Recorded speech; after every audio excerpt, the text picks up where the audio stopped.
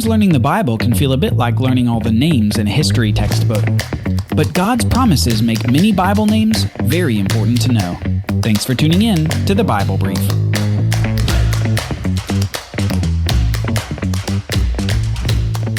Today we're going to take a quick break from the narrative to do a review of the people that we've met in the Bible on the jog through so far. Now, as you know, we've skipped over many people and have attempted to highlight the especially important folks at this point. That's not to say those we skipped over aren't important. It's more just to say that the people we'll review today are somewhat of a baseline from which to add. Eventually, it's good to know some basic family trees, especially from the book of Genesis.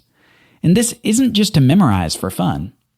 No, these early family trees end up having some consequential functions later in the Bible, so we should try to learn them as best we can.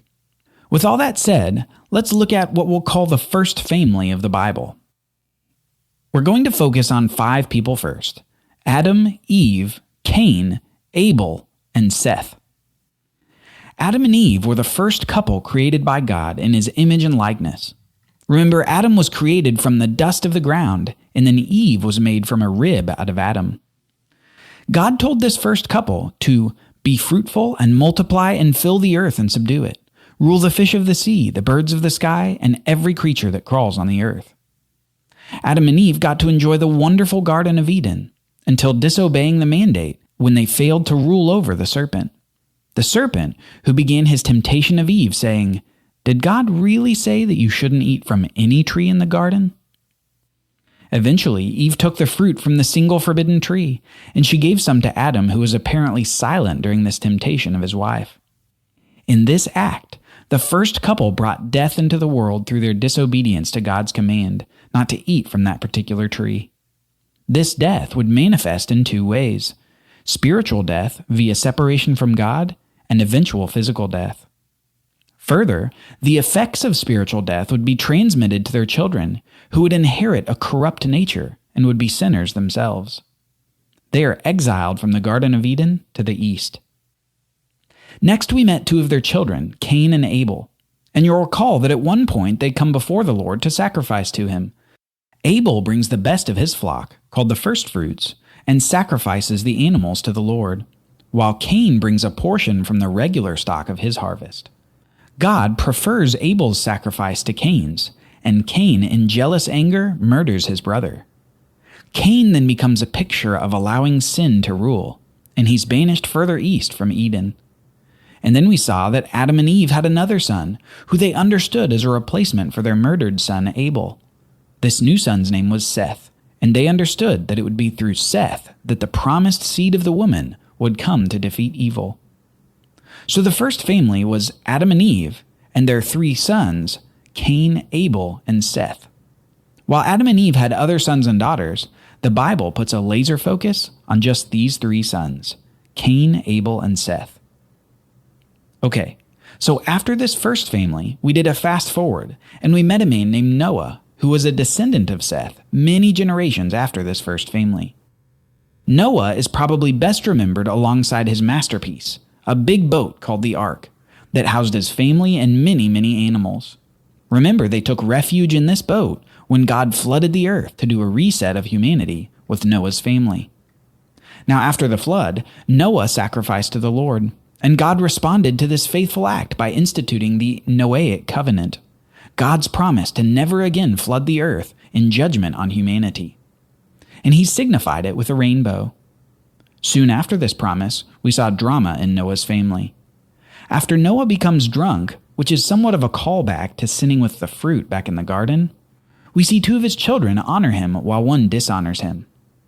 Remember, one of Noah's sons comes in and sees his father's nakedness, and instead of covering him up, he goes and tells his brothers. This was a wicked and ungodly thing to do. Back when Adam and Eve were naked in the garden, God covered them up with an animal skin.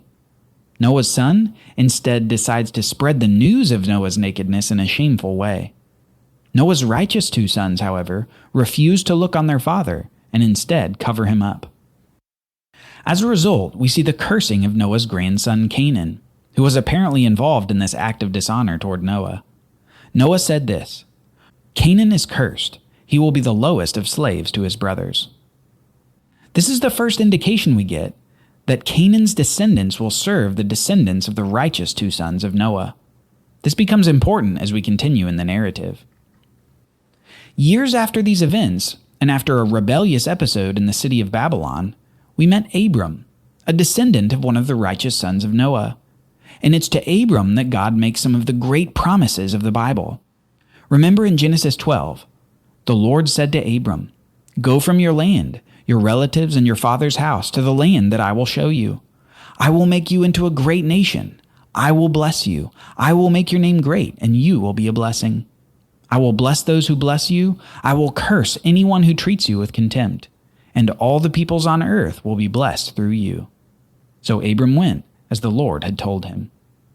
This is the beginning of the Abrahamic Covenant, where Abram is promised the land, seed, and blessing. The land of Canaan, many seed or offspring, and that a single seed will provide blessing for all the nations of the world. One thing to note here is that we see the curse of Canaan already playing out in this promise. The land where Canaan's descendants were residing would be given over to the descendants of one of Noah's righteous sons. Okay, so the old man Abram was promised a descendant, and we soon see him trying to accomplish what was promised through his own effort. So Abram lays with Hagar, his wife's slave, because his wife Sarah was old and barren. And then, 9 months later, Hagar has a boy named Ishmael. Abram assumes that God will accomplish his promises through Ishmael, but God says to Abram, no, it will be through a son from his wife Sarah that God will accomplish his promises. In this scene, he renamed Abram to Abraham, meaning father of a multitude. And in this renaming, he was underlining his promises that he made to Abraham. And so later we see Isaac, the son of the promise, who Sarah has when she is 90 years old, and Abram has when he's 100 years old. God miraculously provided a son to this old couple. A generation later, we met Isaac's twin boys, Esau the older and Jacob the younger. Remember, God had said to their mother before they were born that 2 nations are in your womb. 2 peoples will come from you and be separated. 1 people will be stronger than the other, and the older will serve the younger. And in their lives, we saw this begin to play out. Using deceitful methods, Jacob gains the birthright and the blessing belonging to his older brother. Then, later, Jacob has an encounter with God, who changes his name to Israel, meaning something like struggled with God. Jacob, through his life, had struggled for blessing. Yet now, Jacob, renamed Israel, no longer had to struggle and deceive for blessing. Instead, he would simply receive and be a participant in the blessing. It would be through the lineage of Abraham, Isaac, and Israel that the great blessing to all the nations of the world would come. Now the man Israel had 12 sons, and we focused on one of these sons in particular who is sold into slavery by his brothers and ends up in Egypt. This son, Joseph, through the gift of dream interpretation given to him by God, rises to second in command in the country of Egypt. And then he saves many nations by good planning for a 7-year famine. And it's in context of this famine that Israel's other 11 sons come to Egypt for food.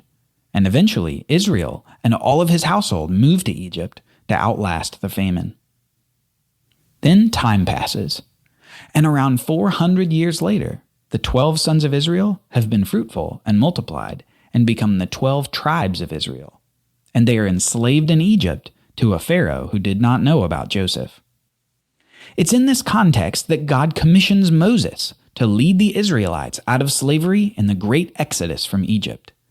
And after this miraculous deliverance, God continues to use Moses as his tool to reveal his law for the Israelites at Mount Sinai in the wilderness.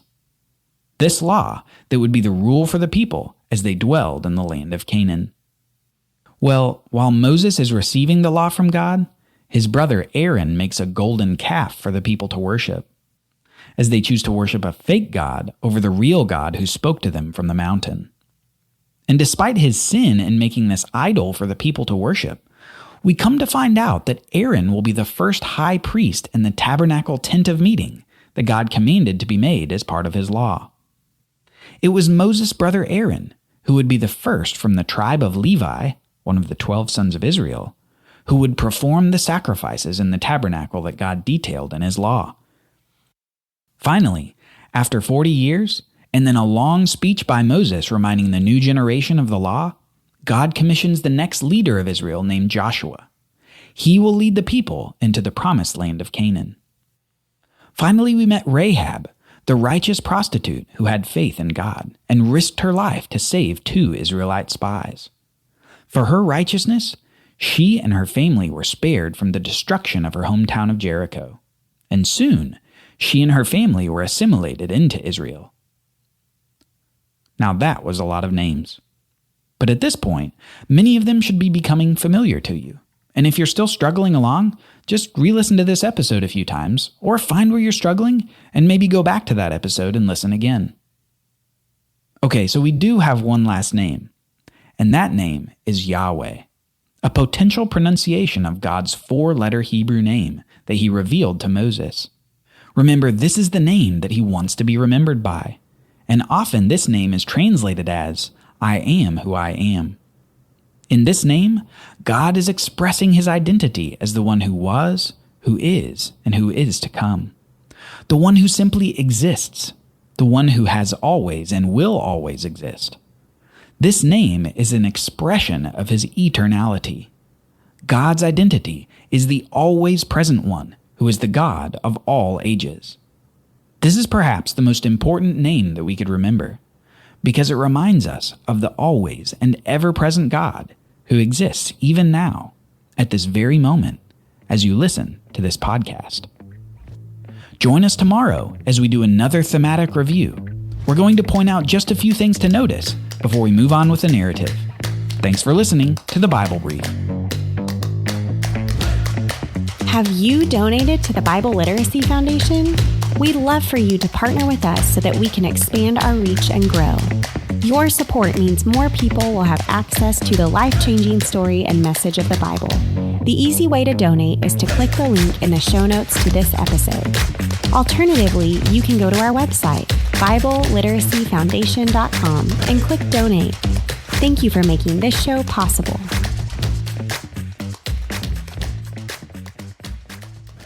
Copyright Bible Literacy Foundation 2022.